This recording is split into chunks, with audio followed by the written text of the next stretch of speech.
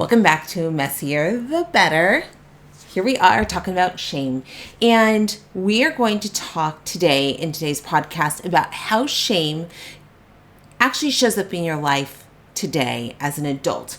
And I'm assuming you're an adult. You might be a young adult. You might be a teenager. And if you are, amazing, because your brain is still developing. And I'm so glad you're here.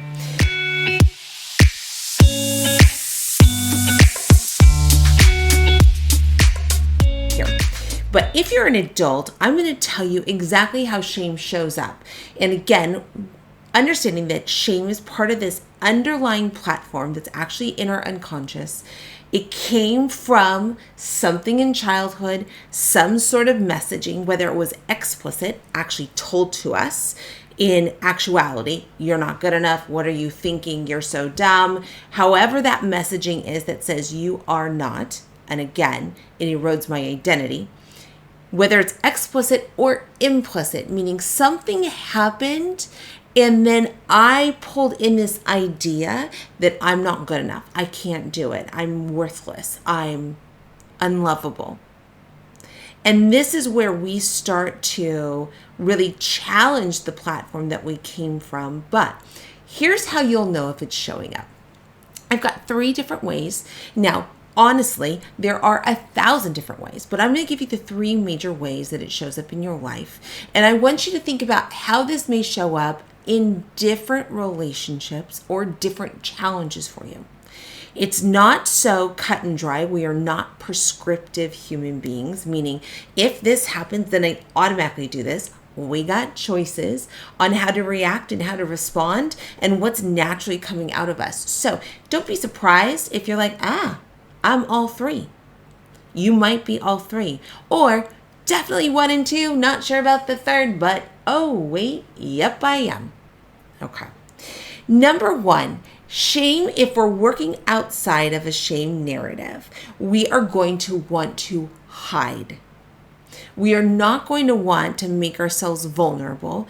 And our idea of making sure we're safe within a relationship is going to look like chasing comfort. We are going to chase comfort even if that comfort is unhealthy. We are not going to believe in anything different because actually being uncomfortable or in any kind of discomfort is going to put us into a space of vulnerability. And if I don't trust myself, you don't trust yourself, you're not going to trust that you can do anything different. So if I'm shamed as a child, you might find me hiding. You might find me not wanting to do anything different or that would put me out there. You may find that I want to disappear. I want to be invisible. I don't want any attention, let alone good attention. I actually don't want any attention because I'm so fearful of the bad attention. And when you start shirking away from and hiding from that positive messaging, when you start hiding from that positive messaging from people who actually see you and love you and are there to mentor you, but your shame narrative is so strong, you may be pushing away the goodness because you're not able to see any good. Because if you see good, then you might see how somebody else is treating you poorly. And if I see that like a caretaker is treating me poorly, but I am dependent on that caretaker, what am I going to do now? Nothing. I can't do anything. And so this shame narrative of me hiding and I can't take in the good compliments and I only believe the bad leaves me in a state of self-deprecation. These are the clients that I work with who say like, oh yeah, no, that would never happen to me. I would never be able to do that. No, I can't take that compliment. You say that to all your clients. And I want to say, I actually don't. I don't. Because my promise as a therapist is I'm going to show up honestly and authentically, and I'm actually not going to tell you anything that's not truth. I just happen to have a perspective of you especially when I'm working with somebody with a high shame narrative. I happen to have a perspective of you that sees you more authentically than you see yourself, because this shame narrative is a filter that's going to distort all things that you perceive about yourself. So when we start living in this self-deprecation, it is going to lead us to powerlessness, helplessness, and ultimately hopelessness. Nothing's going to change. I don't want anything different. I just do what I do every day. And I just am. I guarantee that right now that might seem the simplest for you. It might seem the simplest for you, but something is going to happen that is going to rock your world. And then you're going to say, oh my gosh, I can't stay. And then that's when you're going to have to start challenging this narrative inside of you that tells you you're not good enough. You shouldn't want anything better. Don't go. Oh, discomfort is going to drown you. And I want you to understand that right there in this space is going to be a huge reckoning that you have with yourself. And you are going to have to choose. And I'm excited for that moment to happen for you, because that is the moment that you are going to realize you are worthy. You are stronger than you ever believed. You do deserve more than what you're settling for. And I cannot wait for that for you. I have been there. I have done it, and it is thrilling to finally get your feet on the ground and to start moving in a direction that honors who you are as an individual. So that's version number one. Very like hiding constantly. Number two, we can start, if we have a loud shame narrative, we can start working towards being perfect. We can start working towards, well, wait a second, you think I'm bad at this, I'm going to be perfect. And then we start creating these expectations for ourselves that say, if I am here, then there is no shame, then I'm not bad. And I try to work myself out of this shame narrative. The thing is, you can't work your way out of it. You can't, because it's internal. This is not about the external. The external will always fail you. And guess what? You're not going to be perfect at everything. That is a chase that you are never, ever, ever going to catch up with. And once you do, you're going to find something else that you're not perfect at. And then that's going to become your thing. And I will tell you, for those people that are living around you, they're watching you live in exhaustion. They're watching you be so hard on yourself and more than likely them.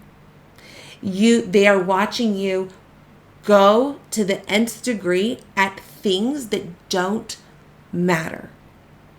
They don't matter. In the scheme of things, does it matter how great you do at that volunteer position? Nope. Does it matter how clean your house is? Nope. Does it matter how your children look? Perfect. Does it matter how your children show up at school or in sports? Nope.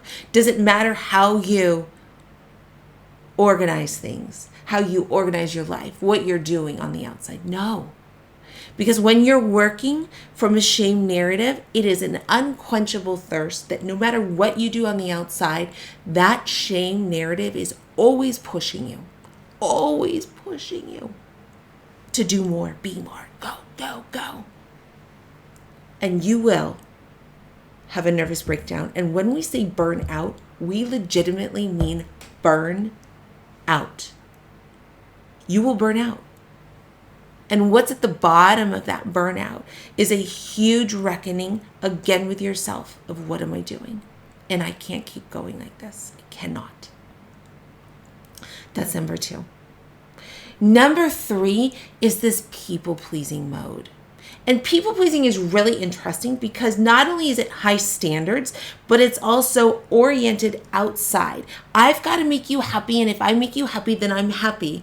And if I'm happy, I'm actually really not happy, but I'm telling myself, oh, look, I I'm not bad because I made a difference there and they need me. And if they need me, obviously I'm bringing something good to them.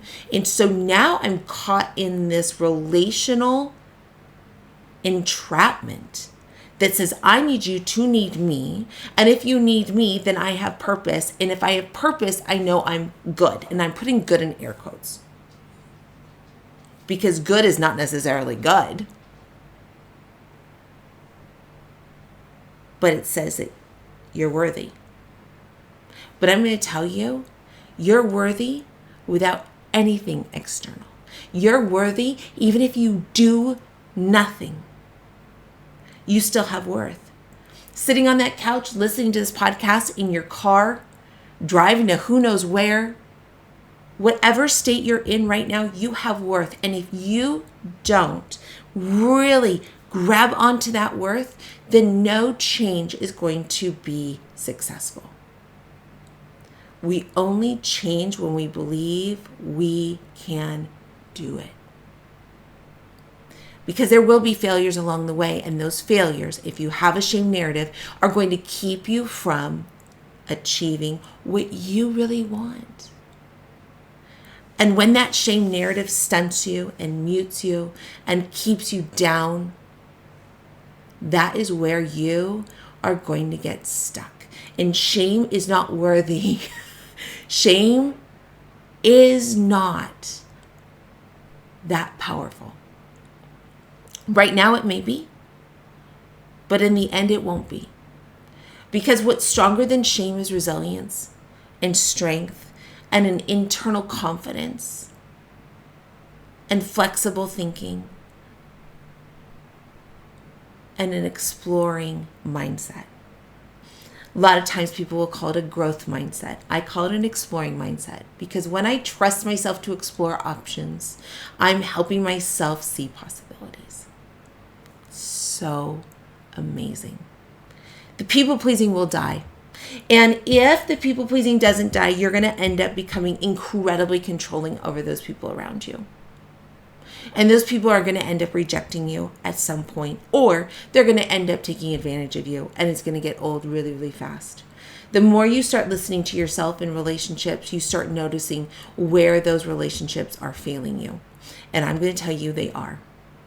So keep coming back. We're going to keep pulling shame apart because I'm going to tell you, if you have this narrative inside your system, you have to confront this first and foremost before we do anything different.